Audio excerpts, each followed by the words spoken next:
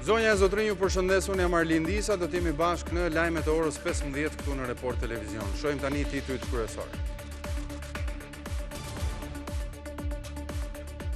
Vetëm 15 minuta zgjati rikthimi i deputetëve në seancën e parë plenare pas zgjedhjeve të 11 majit. Protagonisti vetëm i opozitës Berisha sulmoi socialistët si përfaqësues të krimit, ndërsa Spiro Pali ju përgjigj se koha i perëndoi me humbje dëshpëruese.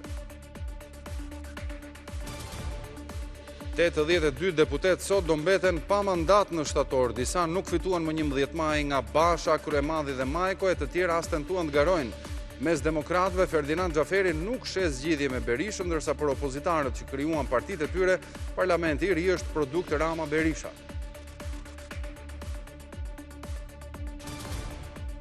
Parlamenti bën një hap pas dhe pranon se mund të ketë gabuar në rastin e vakancës së shpallur për një anëtar të gjykatës kushtetuese, kur si afat kishte përcaktuar vitin 2028 dhe jo 2025.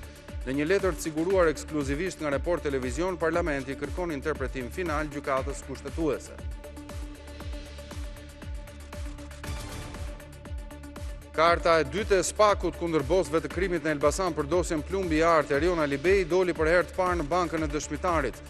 Bashkëpunëtori i drejtësisë foli për çdo marrëdhënie kriminale mes grupeve, nga trafiku i drogës tek porositja e vrasjeve.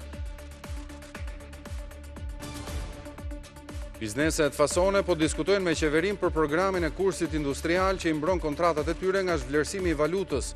Vetëm në 5 vite 100 sipërmarrje fasone u mbyllën fillimisht nga kriza e pandemisë dhe më pas nga kursi i këmbimit. Sekretari i Shtetit Marco Rubio njoftoi se Departamenti Amerikan do të nisë anullimin e vizave amerikane për studentët kinezë, ende nuk ka dhëna se si do të veprohet me studentë komsive të tjera. Në ankth rreth 1200 studentë shqiptar.